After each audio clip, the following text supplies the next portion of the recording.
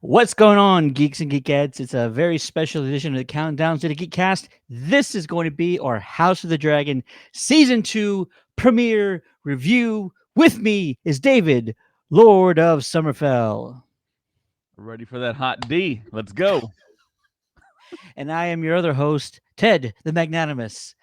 It is always accepting when there's a Game of Thrones show of any kind airing at the time. It feels like the world is somewhat back to normal, like the planet is spinning well again, and we are all enjoying these events every Sunday. This was another major event, and I think that we're in this big stride now for the show. Season one, a lot of time jumping, flashbacks, bouncing around, all of that's done. All the setups over, the exposition's over. We know the players. War has started, and we are in it right now. It is insane. I am not going to be able to handle the season, the rest of the season two, if it's all like this. Oh my god, we're in for a ride. Um, Real quick, this is going to be a spoiler review on episode 1 of season 2. If you haven't watched it yet, pause this video, come back, hear our thoughts, and share with us your own. We want to hear what you guys have to say about it. And real quick, I'm going to just do a quick bullet point summary of what happened, not a play by play, and then we'll start digging into the nitty gritty of things. First off, new intro. I dig it. We'll talk about it in a second.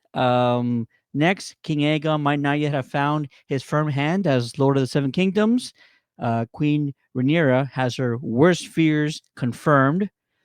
Daemon sets forth a plot to assassinate Prince Aemond, but things don't go quite as planned. Those are sort of just a high points summary of the episode. Dave, let's first talk about that intro, sir.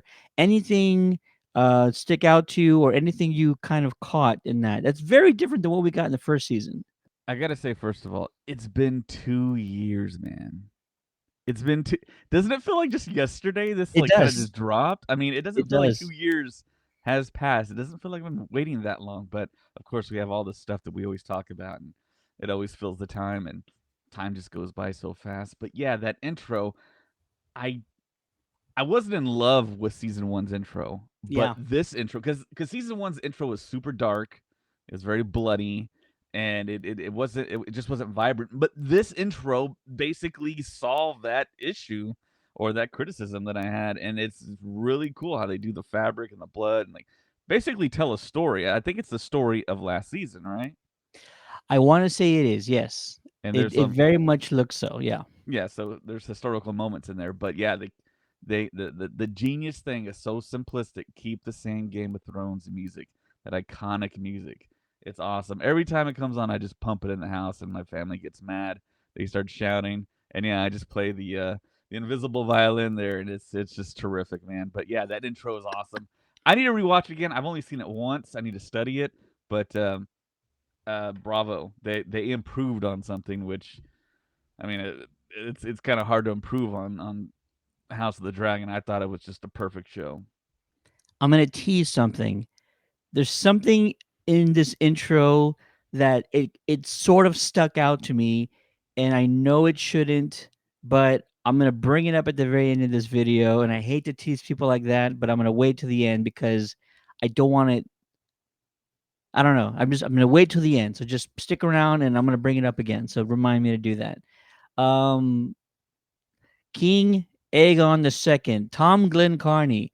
Wow, is he just so good in this episode? He's both unsure of himself, but whenever he's talking to peasants, he's like too generous. He's too kind to everybody.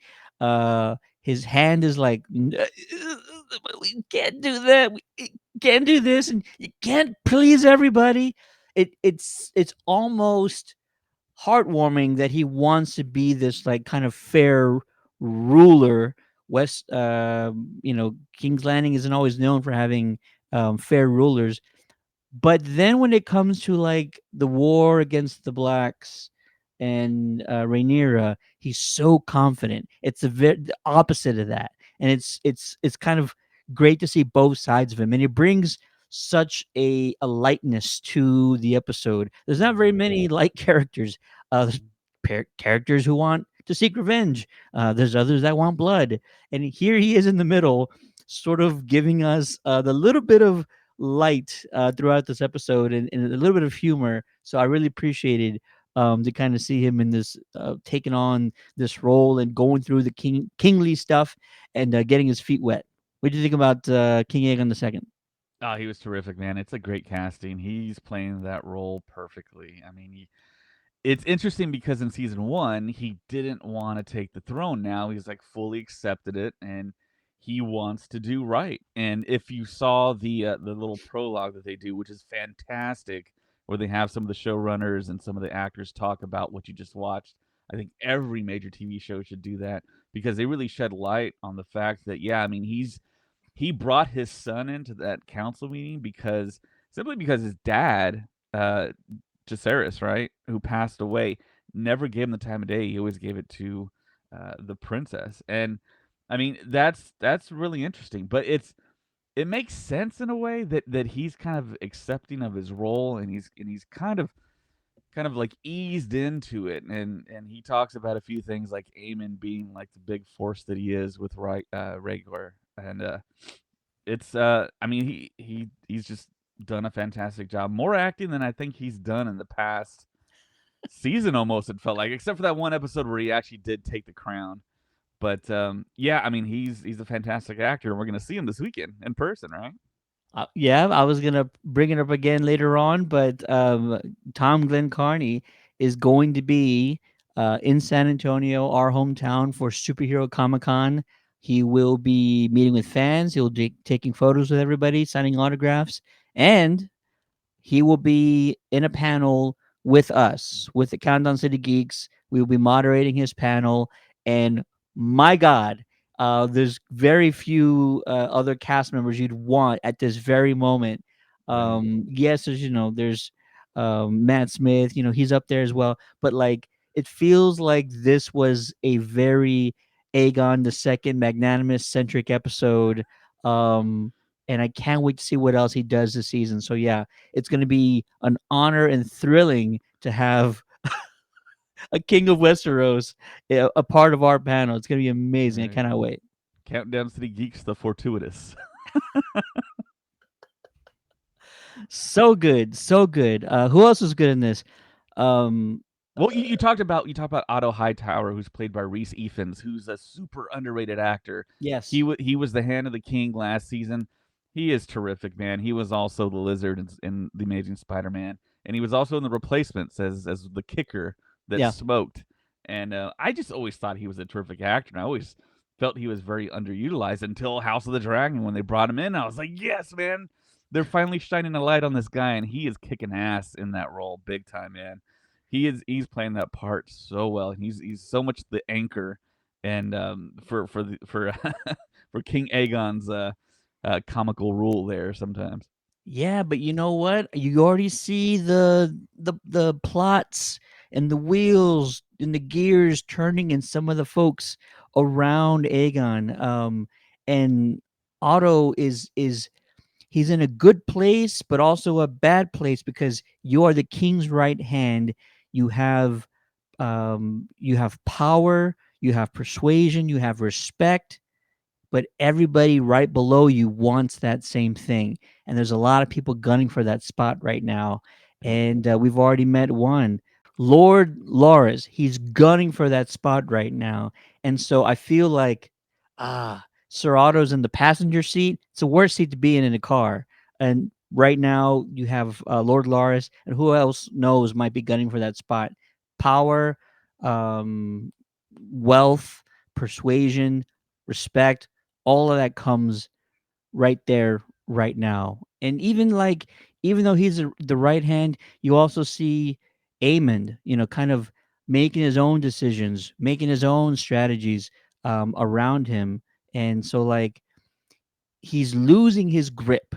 He needs to control things. He needs to be communicative with everyone around him, and yet things are going on without him knowing. You kind of see that there's starting to get cracks in the foundation. Uh, Things might not end well for Sir Otto by the end of the season, if you ask me. Yeah, I have no idea what happens with this character. I kind of don't want to know. It's fantastic going into these episodes without knowing. I Sure. we did talk about the whole blood and cheese thing 2 years ago, but I had totally forgot about what it was all about. So seeing it kind of happen tonight, that was interesting. They did give a lot of kind of symbolic rats in the beginning of the episode, and I was like, "Oh yeah, blood and cheese, blood and cheese." So yeah, I really like the episode, man. I mean, it's true to form. It's season one continued. I loved it. Yeah. Oh man. Emma D'Arcy, Queen Rhaenyra. I love the fact that they did show the scene that where the queen did get that closure, going to the site where her son was killed and he fell from the sky. And we didn't see a body, but we did see clothing and a wing. And yeah, she needed that closure. And I thought 2 years ago, I was like, man, getting just a simple message saying that your son was killed, it's like, man, that's you gotta have proof. And I like the fact that they did that in this first episode. Yeah, and just you know, gut wrenching. Seeing Emma D'Arcy, uh, Queen Rhaenyra. Yeah. There's so many. Queen Rhaenyra. Yeah, gut wrenching. Seeing Emma D'Arcy, Queen Rhaenyra, finding that wing, getting that closure, and then later on, embracing her other son while he's trying to like give her all the details, the rundown from this week's report, and it's just a gut wrenching moment. Prince Jacaerys on the wall. We started this episode on the wall. We haven't talked about it yet. Yeah. Craig and Stark. The Yeah. North is back in Game of Thrones, in House of the Dragon. It's just comforting to know that they're there and we can see them. It's so Yeah. cool. It's so great to see it. Seeing the wall again, and the line, I believe they said, what does it keep out? Death. Oof, more than you know, sir. You won't Yeah. see that for many, many years. But your ancestors will, and my God, is it glorious? And talk about how Um, the dragons visited the wall and they wouldn't cross. ooh, that's right. That's Yeah. right. I forgot about that part. I don't think we'll see the wall too many times, and I'm glad we at least saw it this time. It, like I said, it's comforting to kind of see the North again, and we know they're a part of this war. So methinks we'll see some more Starks further south eventually, but it's a long distance, so I don't think we'll see them anytime soon.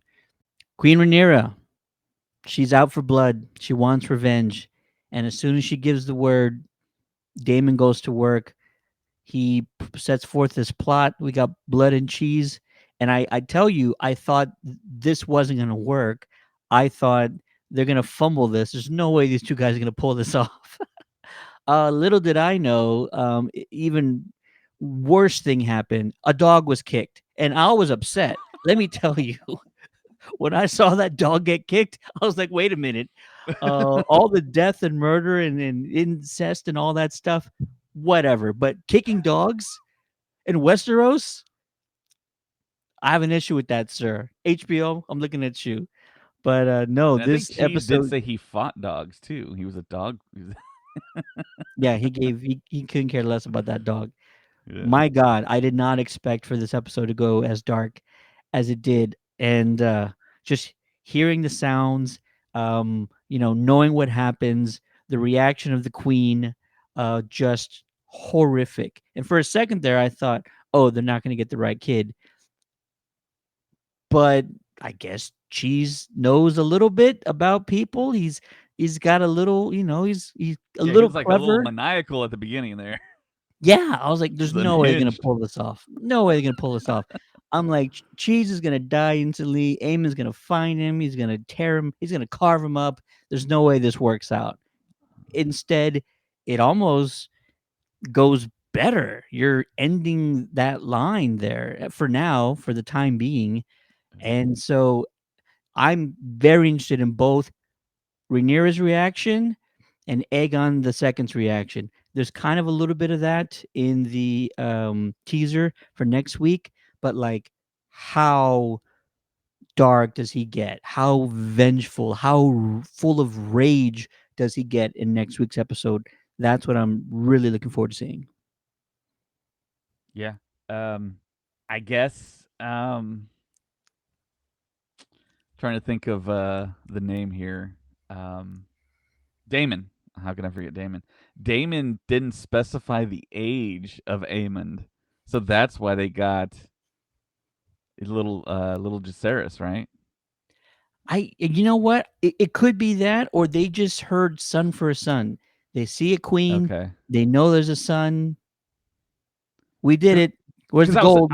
I was thinking when Damon said it's very easy to find, one eye, white hair, blonde hair, whatever. I was like, okay, well, they're set on their path. But then when they got to the little kid's room, I was like, ugh, they're gonna take a little kid instead. So yeah, Bonkers episode. What a twist. It's listen, we've seen a lot on this show. These things still get me, man. These things are still tough to swallow. I don't care who you are. I don't care how much you've seen. Like, just knowing what happened, seeing them cover that kid's mouth before they started. I can't even say it. I'm not even gonna say it. It's not gonna happen. I'm not gonna do it. did you see with Yeah. captions on? Oh yes. Yeah, and they talk about blood and bone being cut. Mm-mm. Mm. So what do they do? Well, I think blood is actually a butcher. So I think he like cleaned him like a calf or something. I don't know. That is dark. It really Yeah. is. Uh, Yeah. Absolutely insane. You know what? What I noticed is when Blood and Cheese are going up the stairwell to the royal floor, we've seen that stairwell before, right? That's the Hound where he took on Zombie Mountain. That's where they sort of Okay. ended their fight Yeah. when Okay. Daenerys was burning King's Landing all to hell, right? Okay. Yeah, I got to go back and look at it. But yeah, I remember the staircase and I remember them fighting and then their climax there. That's got to be it. I was just Yeah. like that Leonardo DiCaprio. He was like, "Ooh, ooh, ooh, the stairwell. I know this place." Yeah. Yep. Yeah. No, I exciting. It's exciting to kind of see more familiar places. Not that we were constrained in season 1, but we were meeting a lot of people. We're meeting a lot of families, a lot of different factions, and now it's like we can really get into the details about what's going on.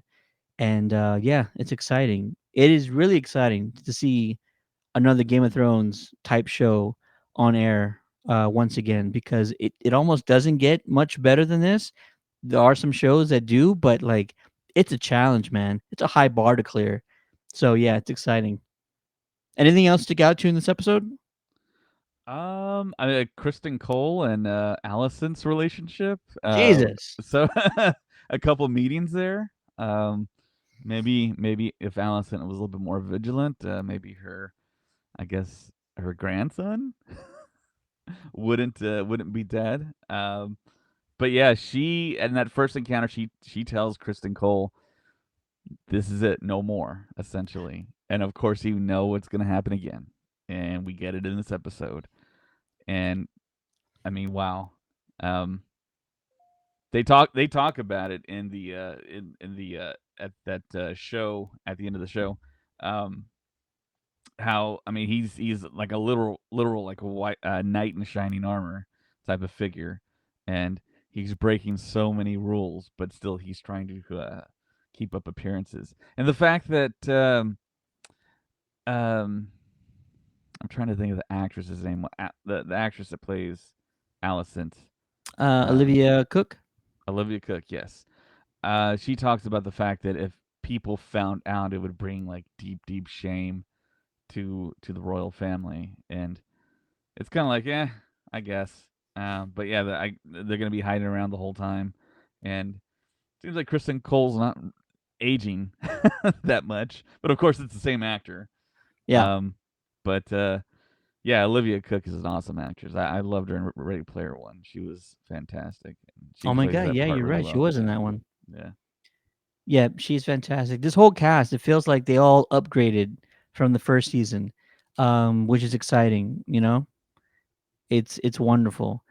If I can go back to the intro, you're right that it is telling the story of season one again. Hmm.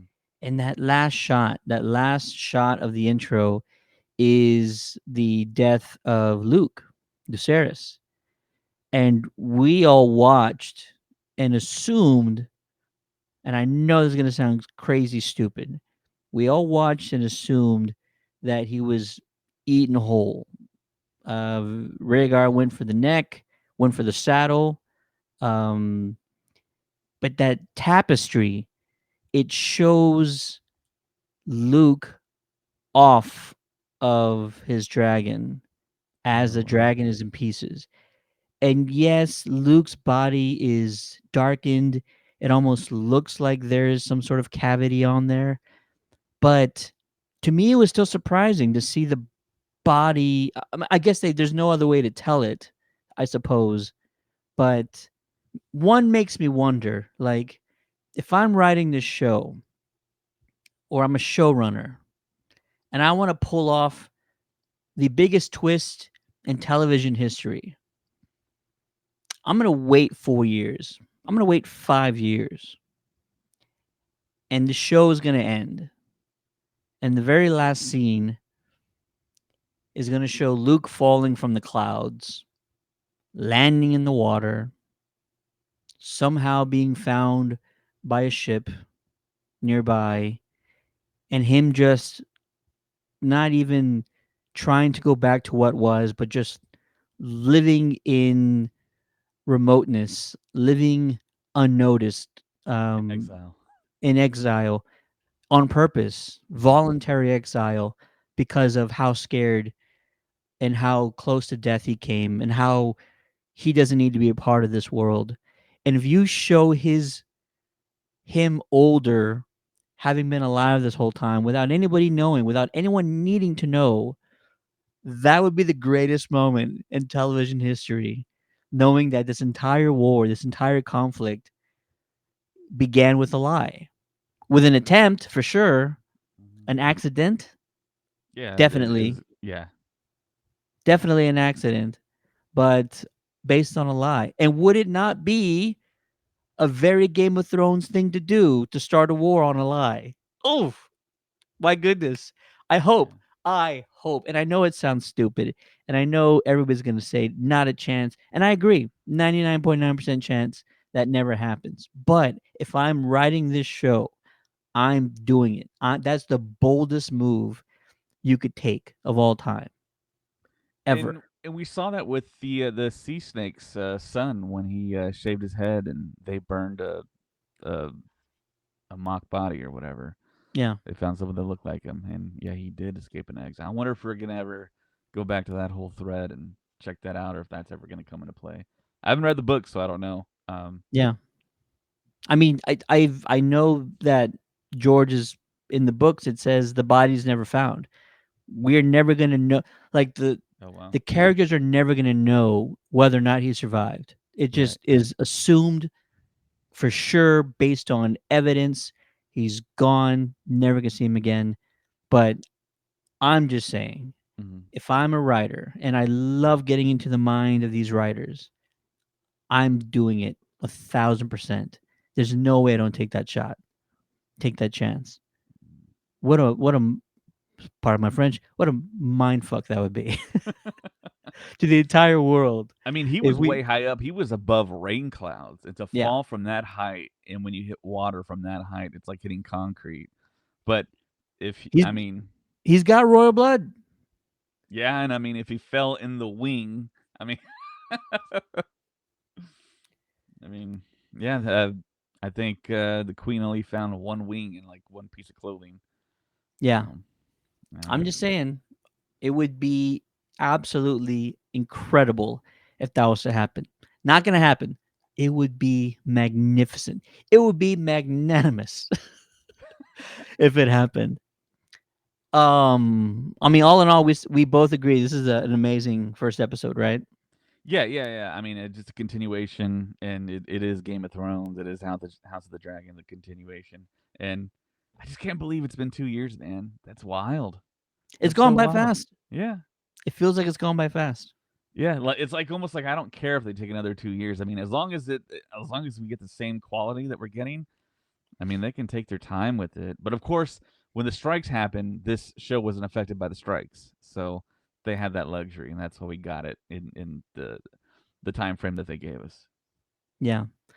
I don't know if I'm reading too much into this, but I do feel like Rhaenys and Damon, there is a little bit of turmoil brewing, and I feel like that will get worse as time goes on, and that's a great plot line to watch. Is the two of them, Rhaenys and Damon. I Something's brewing.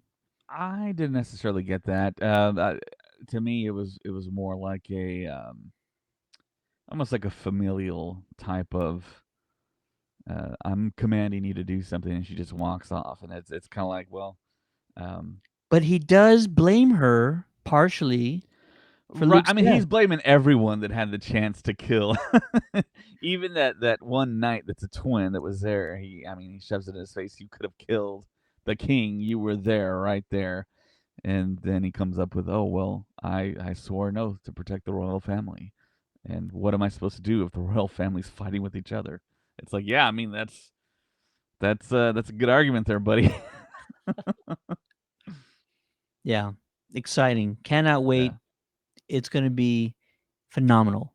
We want to hear from you guys. Give us your thoughts on the premiere of season two, your theories, your favorite moments, your reaction to that last scene, horrific last scene of the dog getting kicked. I mean, the death of the prince. Tell us what your thoughts are about that. Drop them in the comments and stick around because we'll be covering every single episode of House of the Dragon. And coming up later this week, our Comic Con panel with King Aegon II himself, Wow. Tom Glynn-Carney. It's going to be a must see event. Stick around, be sure to subscribe, and we'll see you guys soon. For the Countdown City Geeks, my name is Ted the Magnanimous, and this is David, Lord of Summerfell. Peace out, Your Grace.